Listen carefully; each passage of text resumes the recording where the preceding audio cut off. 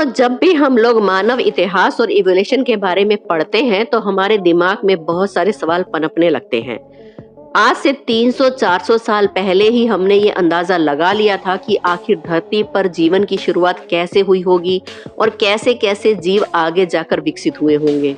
क्या आपके दिमाग में भी कभी ये बात आती है कि आखिर आज से करोड़ों साल पहले एग्जिस्ट करने वाले जानवरों की हाइट इतनी बड़ी क्यों हुआ करती थी और उनके मुकाबले आज के जानवर सामान्यतः छोटे क्यों हुआ करते हैं? आज की वीडियो में हम इसी पर बात करेंगे कि हमारे पूर्वज जो कि मांसाहारी जीवन जिया करते थे और दूसरे जानवरों को मार कर खाते थे, आखिर उन्हें ऐसी क्या जरूरत पड़ी कि उन्हें शाकाहारी जीवन में आना पड़ा। अब ये बात हमारे दिमाग में आना तो बहुत ही जायज है, क्योंकि इतना तो हम भी जानते हैं कि अगर हमारे पास किसी तरह के रिसोर्सेज का भंडार हो तो हम किसी भी नई टेक्नोलॉजी को आमतौर पर डेवलप नहीं करते हैं। और हम ये भी जानते हैं कि दुनिया में मांसाहारी जीवन जीने के लिए खाने का अंबार लगा हुआ था। फिर आखिर ऐसी कौन सी घटना घटी जिसके चलते हमारे पूर्वजों को अचानक से शाकाहारी भोजन की तरफ स्विच करना पड़ा। आज के वीडियो में हम आपको उन सभी अनसुने अनकहे सवालों के जवाब देने वाले हैं जिनके बारे में शायद आपने कभी भले ही ना सोचा हो, पर उनके जवाब आपकी सोच को बदल देंगे। तो आइए वीडियो शुरू करते हैं। वीडियो शुरू करने से पहले दोस्तों हमारे चैनल अनोखी दुनिया को सब्सक्राइब कर लें और बेल आइकन को जरूर दबा लें। आज से लगभग 300 साल पहले धरती पर जब डायनासोर हुआ करते थे, उससे भी पहले ट्रिलोबाइट्स का राज हुआ करता था। उनके बारे में बेसिकली आप ये समझ लीजिए कि वो हजारों साल पुराने हमारे पूर्वज हैं, जिन्हें आप बड़े बड़े जानवरों की उपाधि पाने वाले सबसे पहले ऑर्गेनिज्म के नाम से जान सकते हैं। ट्रिलोबाइट के प्रकट होने से पहले आमतौर पर जीव सिर्फ 1.5 से 2 फीट तक का ही हुआ करता था, लेकिन उनकी उत्पत्ति के बाद धरती पर 3 से 3.5 फीट के जानवर भी होने लगे, जिसे आप सीधे सीधे ये कह सकते हैं कि ये वो दौर था जब जानवरों के आकार में वृद्धि होनी शुरू हो गई थी। इसके बाद धरती पर जीवन के विकास में जो लहर दौड़ी तो फिर उसने कभी पीछे मुड़कर नहीं देखा। ये सिलसिला अनंत काल तक यूं ही चलता रहता, लेकिन ईश्वर को शायद कुछ और ही मंजूर था। जहां एक तरफ सब कुछ बिल्कुल परफेक्ट टाइमिंग पर और स्पीड पर चल रहा था, वहीं दूसरी ओर इसी बीच एक उल्कापिंड आया और उसने पूरे जैविक इतिहास को ही बदल कर रख दिया। और नतीजे में मिला धरती पर कई साल लंबा शीतकाल और फिर डायनासोर की विलुप्ति। ये वो पल था जिसमें शायद जैविक इतिहास हमेशा हमेशा के लिए या तो खत्म हो जाता या फिर इस तबाही के बाद सिर्फ छोटे स्तर पर ही सीमित रह सकता था। लेकिन हम लोग बहुत खुशकिस्मत और भाग्यशाली थे, क्योंकि इतना कुछ होने के बाद भी जीवन को धरती पर एक बार फिर से पनपने का दूसरा अवसर मिला। इसमें भले ही करोड़ों साल लग गए, लेकिन जीवन ने न सिर्फ समय के साथ साथ अपनी लंबाई में इजाफा किया, बल्कि भारी मात्रा में वजन को भी बढ़ाया। उसी का नतीजा था कि ग्लेप्टोडॉन और मैमथ जैसे बड़े जानवर इंसानों के सामने प्रकट हुए। अगर इस लॉजिक के हिसाब से देखें तो आज के समय में जीवों को पहले से ज्यादा लंबा और बड़ा होना चाहिए था, लेकिन फिर अचानक ऐसा क्या हुआ कि उनकी लंबाई और ऊंचाई कम हो गई। इसके बारे में जब रिसर्च की तो शोधकर्ताओं को पता चला कि पहले के जमाने में सभी जानवर अपने अपने हिसाब से ही जीवन जिया करते थे, जिनमें से सामान्यतः शाकाहारी जीव तो पेड़ों में ही व्यस्त रहते थे और दूसरी तरफ मांसाहारी जीव सिर्फ नियमित मात्रा में ही शिकार किया करते थे। इसके अलावा उनकी रिप्रोडक्शन स्पीड भी बहुत कम हुआ करती थी, जिसकी वजह से उन्हें ज्यादा शिकार करने की जरूरत नहीं पड़ती थी। पर ये सब तब बदल गया जब धीरे धीरे आज से लगभग 1.5 मिलियन साल पहले अर्ली ह्यूमंस धरती पर आए और उन्होंने आज से तकरीबन 15 लाख साल पहले शिकार करने की काबिलियत हासिल कर ली थी। फिर उन्होंने अपनी इसी काबिलियत के दम पर बड़े बड़े जानवरों का शिकार करना शुरू कर दिया। हमारे पूर्वजों के ऐसा करने के पीछे मुख्यतः 2 कारण थे।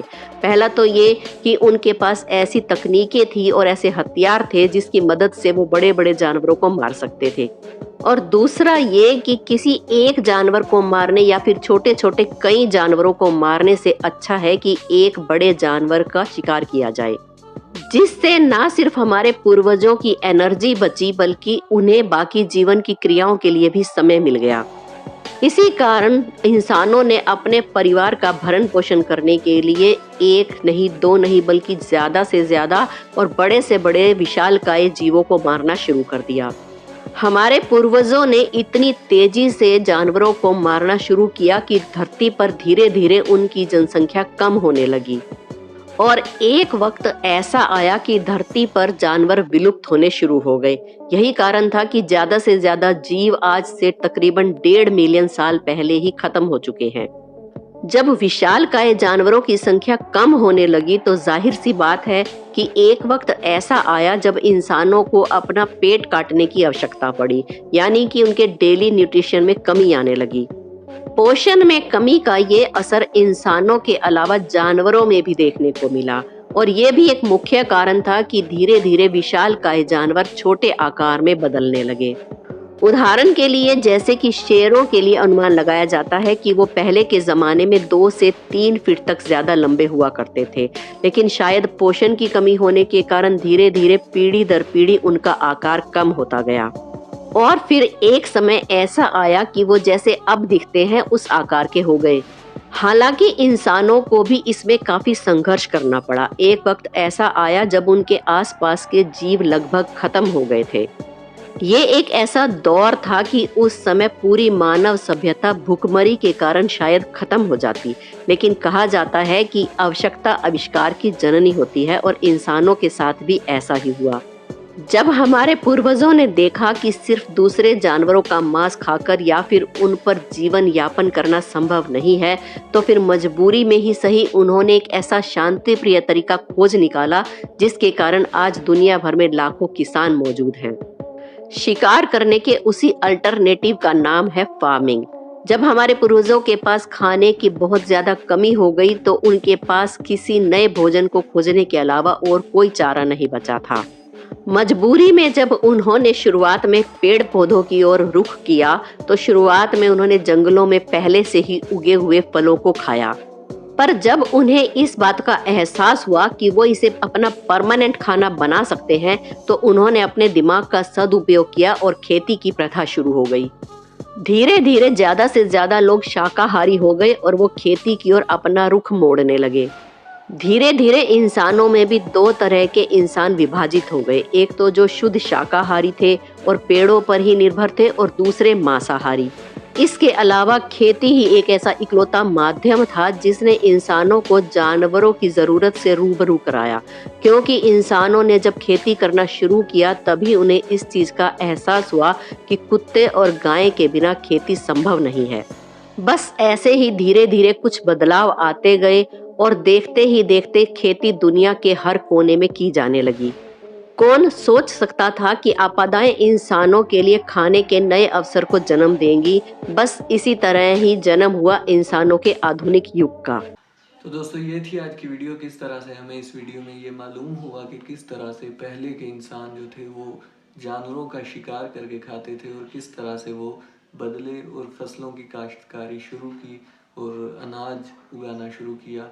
और अब इस दौर में लोग शिकार भी करते हैं और अनाज भी उगाते हैं। लेकिन पहले के जो लोग थे, जब उन्हें शिकार मिलना बंद हुआ तो ज़रूरत ईजाद की माँ है। तो जब इंसान को ज़रूरत पड़ती है तो वो कोई ना कोई ईजाद कर ही लेता है। तो इसी तरह इंसानों ने ईजाद की, यानी उन्होंने दरख्तों के फल, उन्होंने मुख्तलिफ सब्जियां और मुख्तलिफ फल फ्रूट उगाना शुरू कर दिए, जिससे उनकी ज़रूरियात पूरी होना शुरू हो गई। तो दोस्तों ये थी आज की इन्फॉर्मेटिव वीडियो, काफ़ी मज़ेदार थी।